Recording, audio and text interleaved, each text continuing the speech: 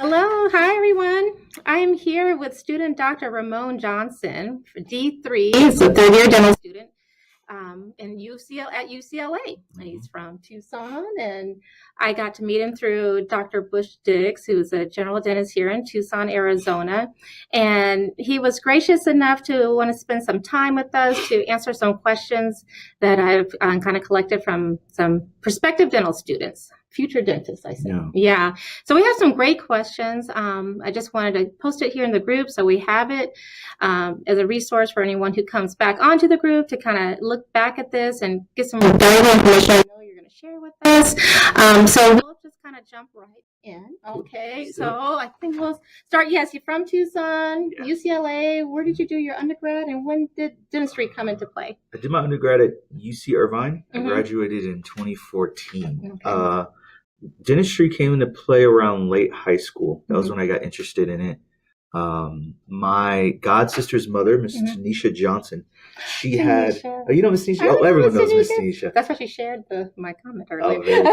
Yeah, she, hi Tanisha. It was her and my grandfather. They referred me to this like Navy like medicine program for like high school students. And it was in Bethesda, Maryland. And so I went up there my junior year of high school and got to shadow a dentist for the first time. And that was when I had said, okay, this looks cool. This is what I want to do. So that's great. Yeah. And I've been stuck ever since. In a good way. In a good way. I'm not stuck in. Yeah. I'm glad I stuck with it. Oh, for sure. So after third year, we got fourth year. Are you thinking about what you want to do afterwards? Yeah, for sure. I'm currently on a scholarship with the Navy. So how that would work is after I graduate, I'll be serving as a dentist for the Navy for 4 years active and then 3 reserve. Reserve would mean that I would like work on the weekends. But active would be like, that would be like my main profession. So that's the plan right now. That's great. And smart too. Yeah, no definitely. Debt. It works out. That's wonderful. It's a good deal for sure. School's not cheap. For those interested, it's called the HPSP program. Be sure to look it up. It's a pretty good program. You can do it for Navy, Army, Air Force. So, so I'll be with them. And then afterwards, I would like to practice orthodontics. So I'd like to do a residency. Okay. So it just, I'm a little burnt out on school right now. So I might wait a few years before I go back. I understand that feeling. But you feel like that. that's the end goal. Yeah. Oh, it's great. I know a lot of orthodontists would be happy to have you come take a look and shadow. So we'll be in touch. But yeah, well, diversity in dentistry is basically that mentorships. I'm just trying to help expose a lot of students, be it from middle school, high school on up, to dentistry, that dentistry could be, an attainable, rewarding career. And since they don't see maybe a lot of dentists that look like them, I really hope to increase that statistic to at least have it more representative of the population, to have more minorities in dentistry. So I did get some questions. I'll start off with some specific ones from pre-dental student Brittany, who has some questions about UCLA in general. Awesome. She asks, how does UCLA balance research and community service, and which is more emphasized? And I did clarify with her, does she mean before, like as an applicant going to UCLA or in dental school? And she was asking for dental school. Yeah. So for research and community service in dental school, I would say honestly, UCLA is more emphasized on research. And that definitely just goes into play with like sort of every aspect of the school. It's very research heavy. However, they're currently trying to make a change. We got a new dean about a year or two ago. Okay. And he's trying to make a push towards more community-based clinics, more volunteering opportunities. When it comes to volunteering, however, even though research is more emphasized, are a lot of opportunities to volunteer. For example, we're in SoCal. We have this thing called a Men Clinic in SoCal, where we go to different places around Southern California and do free treatment on the weekends. As dental students, you can start from your second year. We also have, and the thing that the dean is starting it's called CBCE, Community-Based Clinical Education.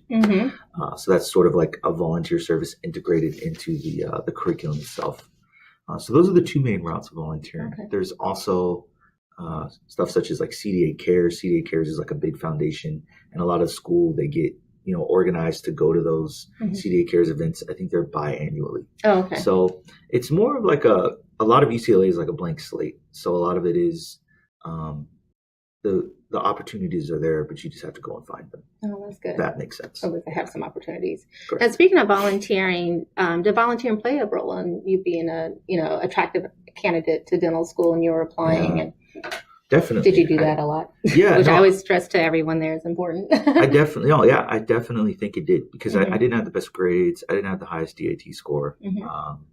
I think just my passion for volunteering made my application a lot. Oh, listen to that. That's sure. Great. So I'm thankful it did. That's not why I did it. Right. But it definitely, of course. I can't say it didn't help. So yeah, I did. I remember I went to CDA Cares 1 year. And then I went to, I volunteered a lot at my church and like the soup kitchens and stuff like that. So good. I did whatever I could to help out. Fantastic. So, yeah, I didn't even ask when you were applying, how many schools did you apply to? Good question. Do you have a long list or narrowed it down? I applied to 14. Okay. Yeah. So it wasn't all at once though. It was more like piecewise. I think the initial wave, I think I applied to like 6 or 7. And then by the time, because like applications, for those that don't already know, applications open like June 1st or something like that. I need to get everybody. And I think like by the time like October, November hit, I had applied to 14. Okay. So, all right. Good. Yeah. So what sort of opportunities do D3, D4 students at UCLA have to gain more experience with real patients? Like, do you have external rotations or any student-led clinics? Yeah. External rotations don't typically start until towards the end of second year, the beginning of third year. But you can start your clinical experience in second year. We start off doing cleanings, and then once you get cleared for restorative for those that don't know, it's just like cavity drilling. Good. Once you can start as early as you get cleared from your clinical courses. I think the earliest time that you can start working on real patients on those type of procedures is, I want to say, the last quarter of second year. Okay. Yeah. I don't know how that is compared to other dental schools because I don't remember what the brochure said, but your mind is full of a lot of information. Yeah, I know at UCLA we start getting really into working on patients the end of second year. Okay, good. So what's any advice on whether to attend a dental school? She said, I'm accepted to versus reapplying to her number one pick. If she doesn't get in the first cycle, or if anyone doesn't get in on the first cycle. I've gotten this question before, and I'm not a good person to answer it just because some people don't believe me when I say this. I really did not have a preference on what dental school I wanted to go to. I didn't. I was of the mindset where I was picky for undergrad. I didn't think I didn't think I was in any place to be picky for dental school. So I just wanted to get in wherever I got accepted. That's kind of how it was. Yeah. So I honestly didn't have a preference. So I can't say I can't really speak from experience because I was more as long as I get in, I'm happy. Yeah. I do tell, I'll have some students shadowing. They're like, I only want to go here. I was like, you've got to spread out the net. That's asking a lot. It is. And then definitely. 2, they'll ask you, because I would tell Ramon that I was on this student part or a liaison of the admission committee at UMKC School of Dentistry. And I remember if they said they were only applying there, then it didn't show that you really want to be a dentist. You really want to be a dentist if it was convenient that you got into the school that you lived in. For sure. For sure, yeah. So I would at least apply to a few more than. Yeah, I mean, I honestly don't think that's a good idea, just reapplying and putting it off for another year. Because, I mean, if you have a school that you prefer, that's fine. That's awesome. But I think to put off an entire year just to be at a certain location, I'm not sure if that's I don't know if that's a good idea personally. Yeah. Ask your mentor, ask the counselor at the school before making that decision. Yeah, that's a tough decision. So this may not, you can't answer that because you're on scholarship. She was asking how manageable is living off of loans in dental school without holding a job. So I will speak to. My friend's got that. Oh yeah, he was reaching out. It's okay. It's doable because I did not have full scholarship. I had lots of loans that maybe I'm still paying off. I was told that you just take your time because the student loan interest is really low, but that was back in 20 years ago.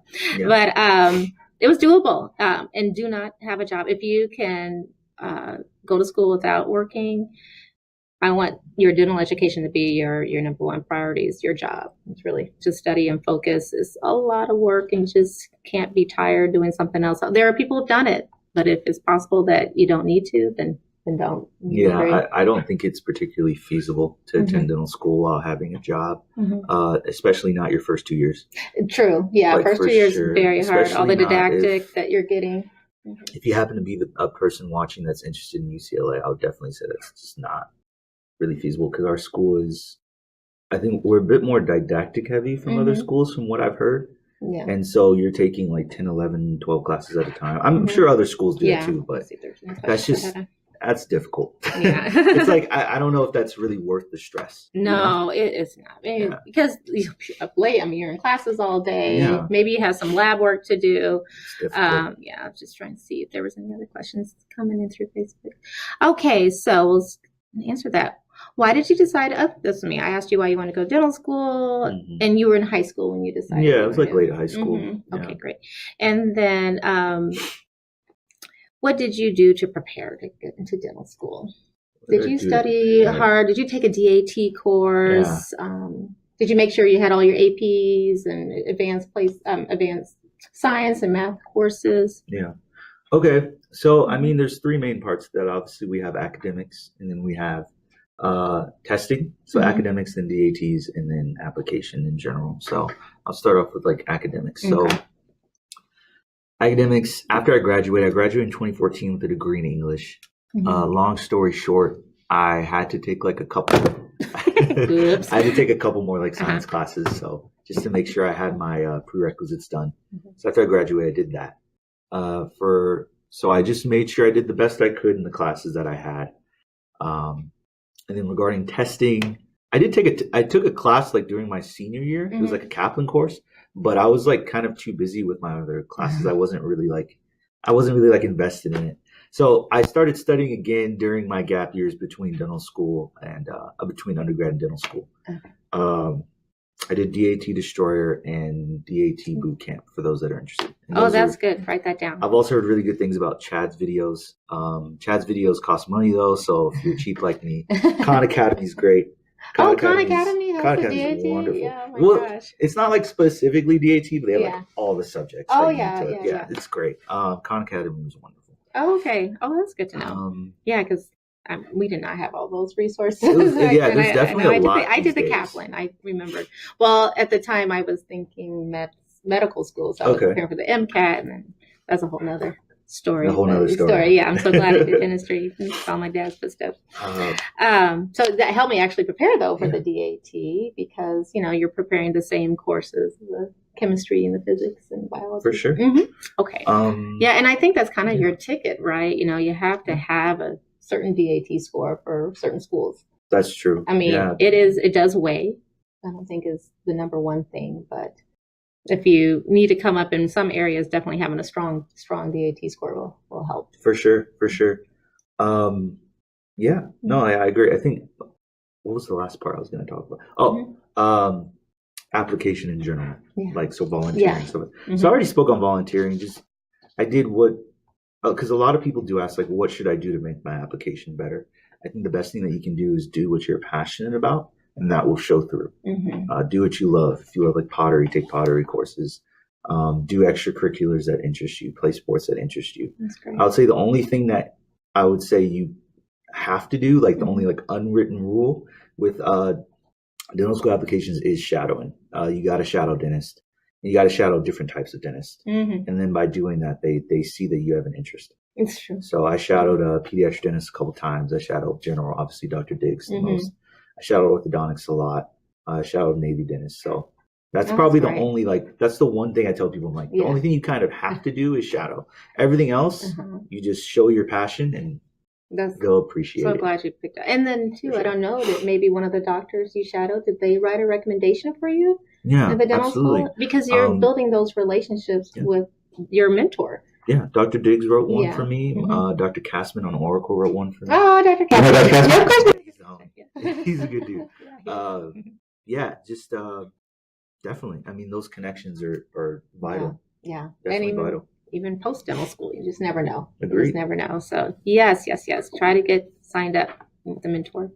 And we talked about specializing ortho. Your favorite aspect, I would just assume, is the ortho. Yeah, it's pretty cool. I like it. Yeah. And can you just share a little bit? I know you talked a little bit about your shadowing. What's one thing or things that you really picked up in shadowing Dr. Diggs, that something that was unexpected that you didn't realize you would kind of have an aha moment while you were shadowing? Good thing I learned from Dr. Diggs. That's a good question. I think that was actually my one question in my UCLA interview. That's funny you mentioned that.